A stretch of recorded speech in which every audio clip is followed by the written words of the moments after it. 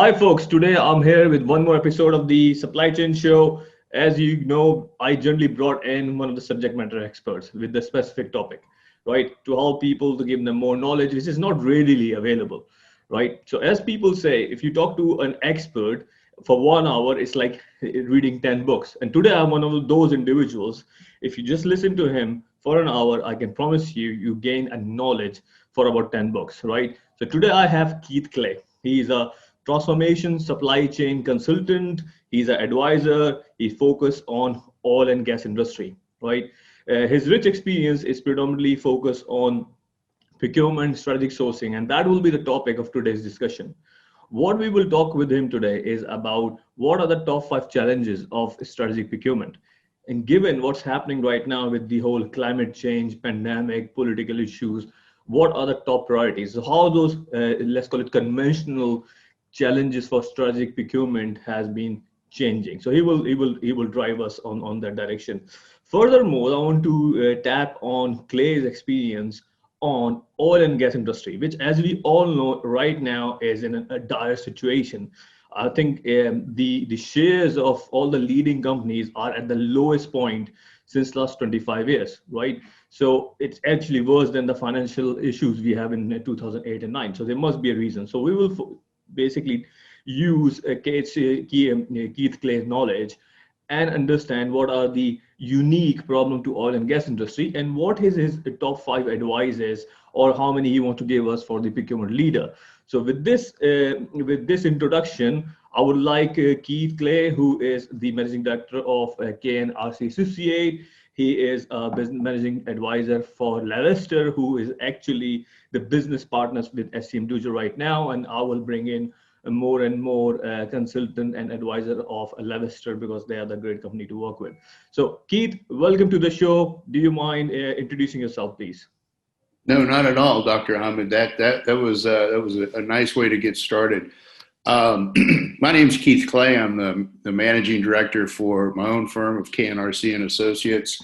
Also the managing advisor for Lavister, which is a coalition of people who have pretty deep oil and gas experience and operations experience.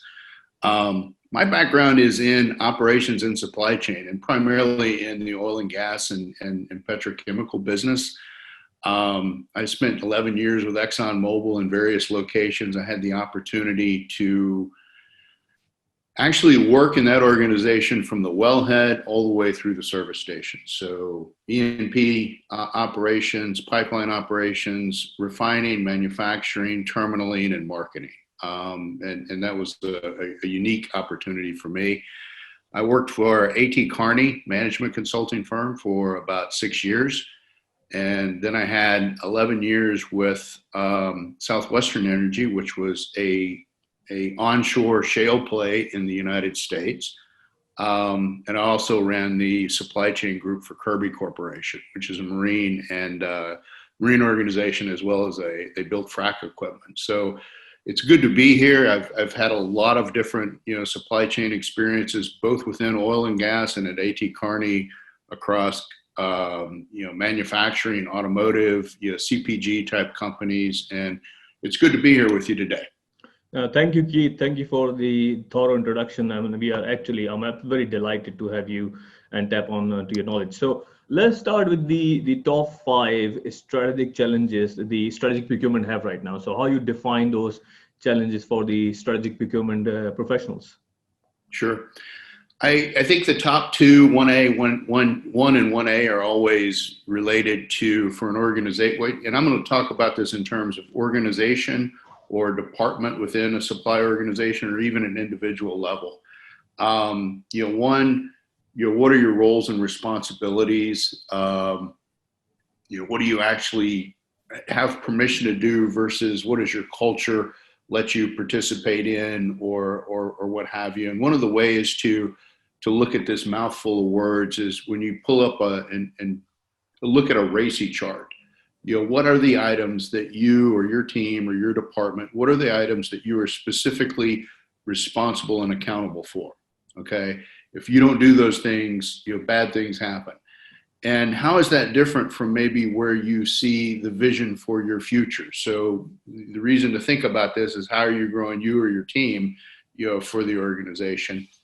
And as importantly, what are the decisions that you are consulted and informed on? And sometimes this is even more important than what you're responsible and accountable for, because the fact that people want your knowledge, they want your feedback, they want your content is an extremely important attribute to have. So, one, you're answering where do you stand in the organization, where do you want to go? Secondly, or 1A, what is your capacity? What is your skill of staff? What is your development, retention? And I'll even touch on it briefly. What is even your exit plan for various people? So who's your team? What can they do well? What can they do great? Where do they struggle?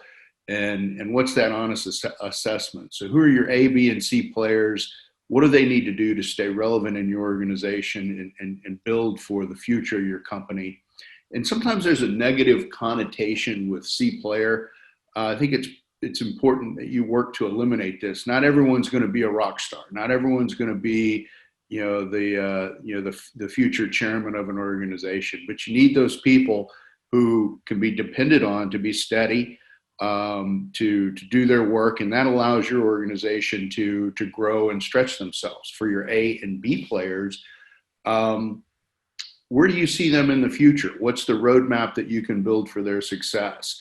What are the cross-training or development opportunities that you can make available for them? And really, how poachable meaning how easily could somebody be stolen from your team by another member of even your own organization or someone else? Ultimately, you always have to do succession planning and think in terms of, if somebody hit a lottery or got rich tomorrow and decided never to come back to work, what would you do? Having these type things documented and having these type things at your fingertips allows you to have intelligent dialogue with the stakeholders in your organization about the key, where your team really sits, how they're growing, how do you see them growing, and allows you to get feedback from them. When I say that, Keith is an A player, somebody else may say, no, we don't agree. So it allows that conversation to occur. And, candidly, you doing your role, you performing your role as a leader of an organization. I touched on exiting too. Some people in your organization, some rock star A players, you may not have a path for them. I mean, and that's okay as well. I mean, how are you going to help them grow to where when they actually launch and leave, they leave in good terms? You're creating benefit in the supply world. And I think that's an important aspect of all of our roles. So those are kind of 1 and 1A.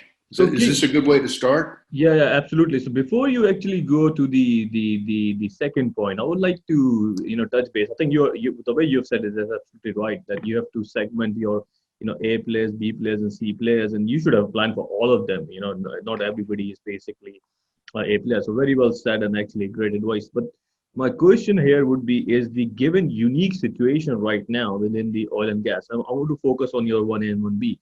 That they are in a very dire situation, and at the moment they are it's a well-known fact that all the big oil and gas companies are laying off people, putting them onto some low, let's call it part-time contracts, and few of my friends have suffered. So I am going through some, let's call it a personal experiences that one of my friends moved from Canada to UAE, and unfortunately he's been asked to go right now. So my point is this: I know situation is bad right now, but how the leaders should look into managing their people, especially the way you have described your A, B, C, and players. So what would be the, because you still want to keep your good people, right? So what is the game play in terms of people management there? I think for me, the game plan with people is always being very upfront, very honest, and very transparent. And what I mean by that is being real about the situation. So there may be a situation where you have a group of good employees, but you foresee there's not any way that longer term they're going to stick around. And I think it's important to let them know and give them a heads up that this is how I see the tea leaves today. It does not look good. let's talk about who you are, what are your skills, what are your experiences, and which are those. The great thing about supply chain has always been you have transferable skills. Your ability to work within an organization, to work with stakeholders, to understand a commodity, to understand the total cost of ownership, to work with vendors, to work with systems, all of those things are transferable skills. So let's spend time, thinking about who you are, what you represent, and which of those skills you can package up and take to the next place. And I think it's important to have those just honest conversations. No, that's perfect. Perfect. Very good answer. So yeah, so you were saying about the second and third. Yeah. So additionally to kind of the top 5 opportunities or challenges in strategic procurement, one, we talked about people, we talked about your place in the organization. Your ability to interact with technology, your IT capabilities. I kind of look at this as IQ and EQ. So IQ, what people do you have within your organization that really understand your ERP systems, your P2P systems, understand what the controller and the finance guys and the payable guys are looking for. Who's that go-to people, and how can you make more of those go-to people, the folks that can do spend management and vendor management? The EQ side of technology is for all that quality data that you have, or air quotes quality data that you have. Who do you have that can take that and put it into the Excel and the PowerPoint in a more of an automated way that provides a snapshot of the truth, whether you're managing a vendor relationship or you're providing feedback to your organization stakeholders about how a particular vendor has been performing over time. The ability to tell that, to provide that snapshot of data in a concise way that shows where a story is trending and can actually compel action or activity. The next thing I'd probably hit on is, and this is maybe new for some of the organizations, others are doing it better. The 4th item is, support of your investor relations or your ESG, environmental, social, and governance groups. So investor relations, they tend to need to, provide content externally about, productivity in markets, market trends, whether it be in the commodities of metals or productivity or manufacturing, and the ability to connect your supply team or your group with that group is an important one, and can gain significant traction within the organization. Environmental, social, and governance is newer, but it's gaining traction. And a lot of these type of things tie back to the vendors that you're using. Your vendors are a natural extension of your organization, even if they're wearing a different jersey or have a different paycheck. They're part of you. And an example in the United States, anyway, in 2012, our Congress passed as part of different legislation something called conflict minerals, where we actually make it organizations' responsibilities to figure out what is the source of metals like titanium, tin, tungsten, and gold, to make sure that they're not coming from slave-operated type of areas where and we're in a roundabout way supporting these things. So the ability to connect to those two organizations is important. And I think I would say the last kind of component in supply is making sure that your team in some way, shape, or form is managing things that should be just taking care of themselves. Now that's a mouthful, I understand, but a lot of folks just refer to the tactical work as those are the things that organically happen. I don't have to worry about it.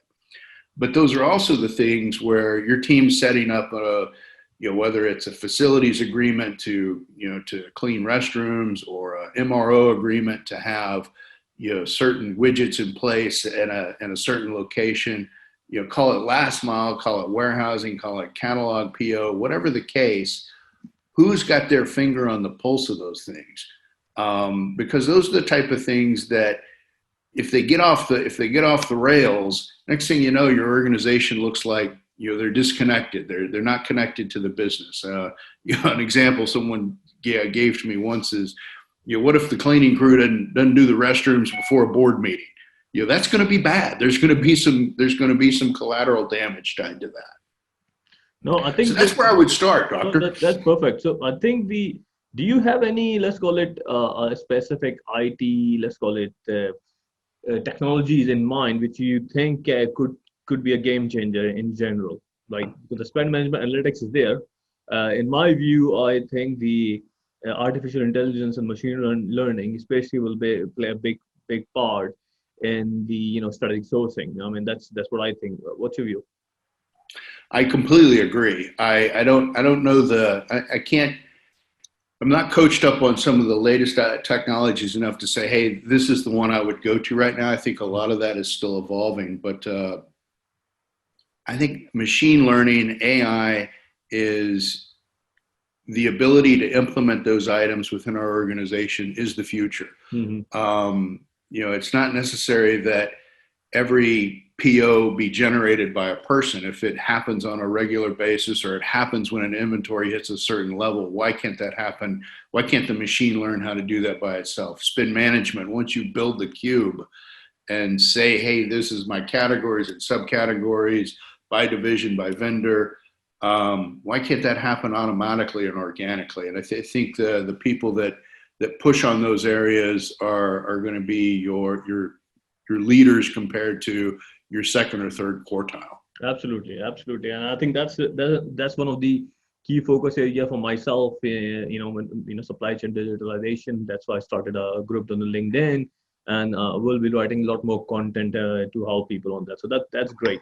So I want to lead this discussion of the challenges is to focus on what's happening right now in the supply chain in general, which is not just pandemic. I think we are almost getting used to the new normal of it's been six to 8 months down the 6 months down the line for the coronavirus. But in addition to that, the social political changes, the power changes, overall what's happening around the world. So what do you think? What are the procurement restart priorities there? I think I think people, to your point, I think people have generally restarted. I think in the procurement organization, there's a couple of things that you can proactively do. Whether it's taking a look at a thorough evaluation of the supply of your supply chain. You can do this through a series of meetings with the internal teams. You can do it through a series of meetings with your vendors. What worked, what didn't work, what surprised you. I mean, we had a toilet paper shortage here in North America, and that caught everyone off guard. Create a living document that shows that you're planning for these things, and within that living document, expand beyond the pandemic. We're dealing with a number of climate issues, political issues. If a hurricane hits or a typhoon hits in a certain place, what does that do to your supply chain? Where can those consequential impacts occur? Cybersecurity, political tariffs, in and out or whatever. If you can, as a supply organization, if you can create, at least a blueprint of various things that may or may not happen. You begin, and again, your conversations with your stakeholders, with your constituents within the organization, bring their mind to the fact that you're thinking A, about them, B, about their business, and C, about what are the other things in the world that can happen. And you start collecting their feedback. Some of the feedback may be, we don't worry about that at all. Okay, great. We won't focus on that, but we do worry about these other things. It provides those communicative opportunities that they just solidify your place as a high performing supply organization. Yeah. So one of the common questions people ask me these days, and it started at the start of the pandemic as well, the over reliance on China, right? And the whole thing started from China.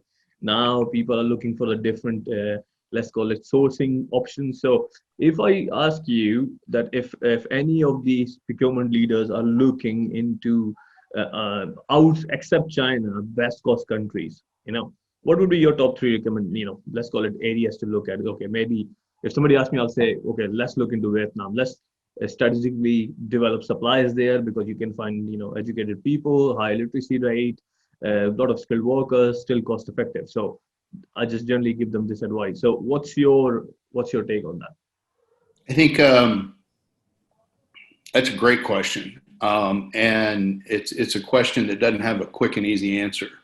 China's done a great job of creating comparative and competitive advantage, and those are things that don't quickly disappear. So I think, as it relates to when you're really looking at something that is China centric, the ability to develop secondary, tertiary supply bases, that's a medium term challenge.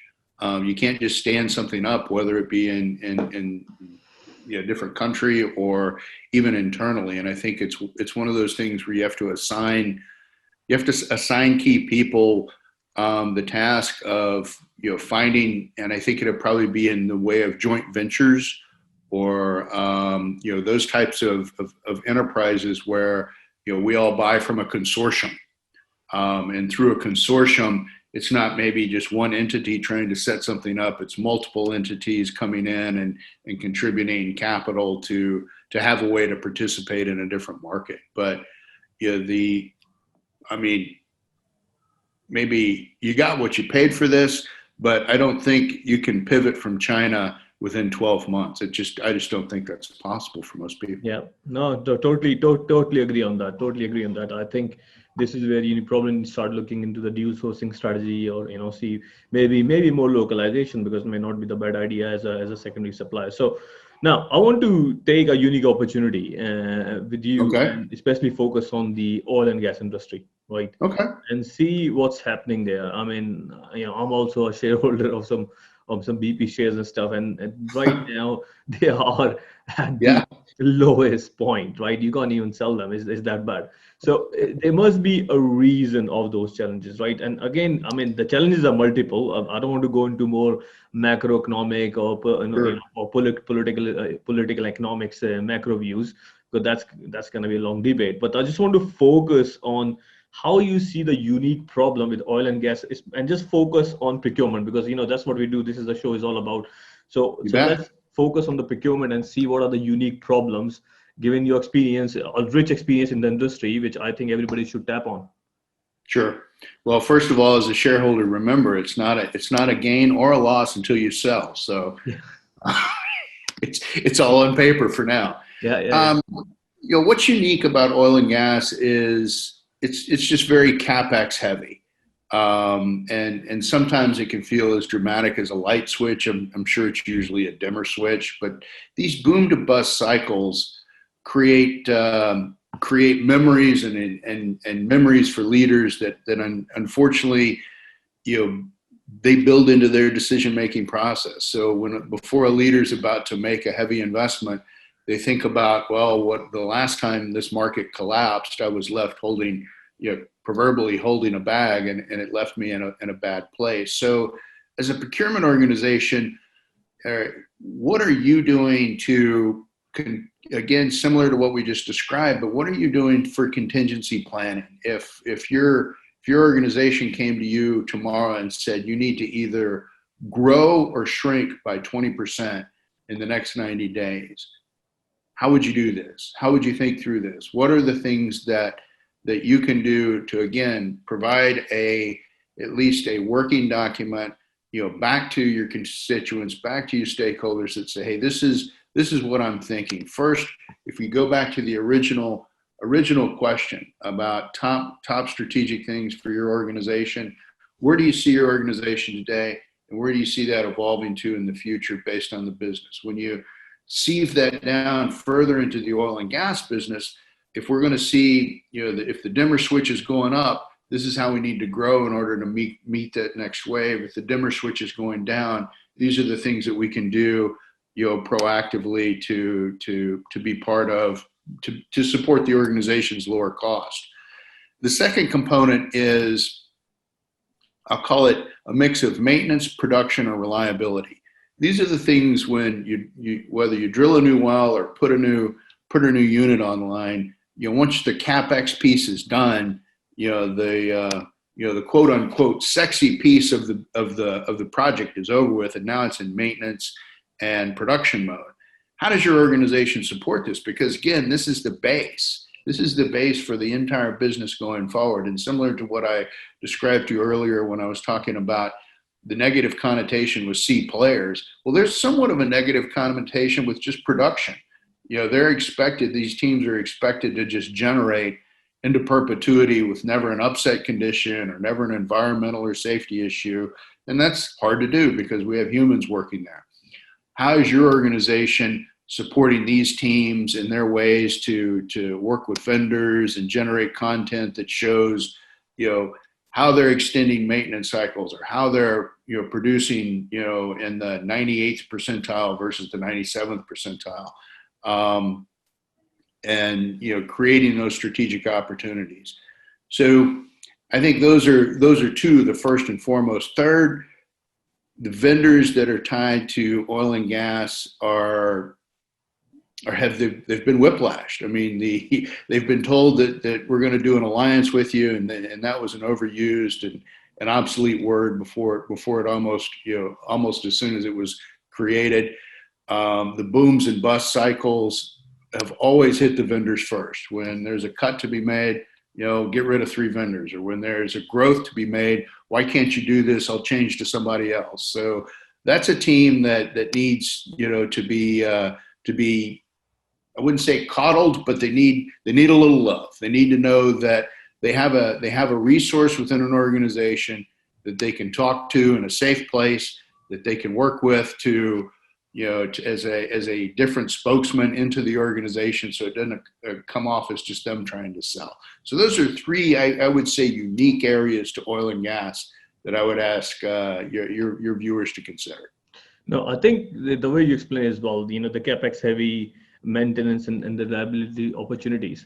But keeping that whole CapEx heavy environment in mind, right? Its numbers are in billions actually, which is there. And as we all know with CapEx, it's only deteriorate over the period of time. So that cost is not going away, right? It's just Right. there to be left. But that's not my question. My question is this. Now we can see there's a serious change or the redirection of the strategy. Let's take, for example, BP as an example, and they call themselves now integrated energy company. I think that's the word they're using. So right. So now they're trying to bet their hedges on the renewable energy, etc., which I'm not sure it's going down well with the investors. So I'm trying to link, again, don't want to discuss the whole macro views, but what I'm trying to say is, on one hand, we see the challenges of CapEx heavy and etc., which is not going away, and the change in direction towards more different sources of energy. So how you see that game will play out? It's going to be a challenge. I mean, I know you don't want to talk about the macro, but the macro really is, for the next 20 years, the world is going to consume roughly 100 million barrels of oil a day. Some days it's going to be 90, and some days it's going to be 110. But the world has that level of energy need. So don't sell your stock just because it's down. By the same token, the world has a climate issue, and these companies have to find ways to address and participate in what's next. We have a number of, these organizations employ a number of fabulous scientists who they're trying to challenge to find new ways to energy, if you will. And as the procurement organization, you've got to be participating in the core business that's producing and the 100 million barrels a day to consume, but B, how do you connect yourself to these guys in a room in the basement who are Einstein-like in their ways of approaching new ways to do things, and your connection into vendors could help them. Your connection into other areas can help them. Your transferable skills, even to go to, whether it's a CPG company that's redesigned packaging, can help these same teams. And those are the fun opportunities. I mean, seriously, this is fantastic. I want to take an opportunity here, and whoever viewers have lasted so long, that is, if you ask me, a golden strategic advice from Keith. Is enormous experience he just shared, which most people actually charge for $4,000 a day, right? And this is the value I was talking about at the start of the show. When you talk to somebody as experienced and knowledgeable as Keith, that he has actually just now summarized a very complex situation into a very meaningful, and I would like to think easy to understand way. So Keith, thank you for explanation on this complex topic. Oh, thank you. That was very nice of you to say. Right, and I'll keep my shares for sure. I'll take your advice on that. Right. So that I'm going to lead to the show, because I think that generally the time is about 40-45 minutes of the episode. So in the remainder of the 10-15 minutes, I would like to again take an opportunity for an expert like yourself and see what would be the top tips for the oil and gas procurement leaders you want to give right now. Sure, I appreciate that. It's a little bit of a summary of some of the things we've talked about. Your key in procurement. We're a service organization. We're a service company, and that means people. So, what's your strategy on keeping, retaining, developing, recruiting, succession planning, cross training? What is your plan for people? And if that's not something that you're continually refreshing, then you're dropping a ball. How connected are you to those teams, and how are you connecting those teams, your people, into the organization to make a difference? Next is anticipation. Whether it's the next wave of activity, whether it's a climate disaster, whether it's a contingency plan. What are the things that you're doing as a leader that demonstrate to your organization that you're thinking about things just more than how to make this quarter's numbers? And it becomes very easy to become myopic on how do we make this quarter's numbers, or how do we get this executive's projects done. Your ability to have at least more than a blank sheet of paper on planning for growth, for shrinkage, for pandemics, for typhoons is paramount to your continuing to earn your seat at the table for consulted and informed on key decisions.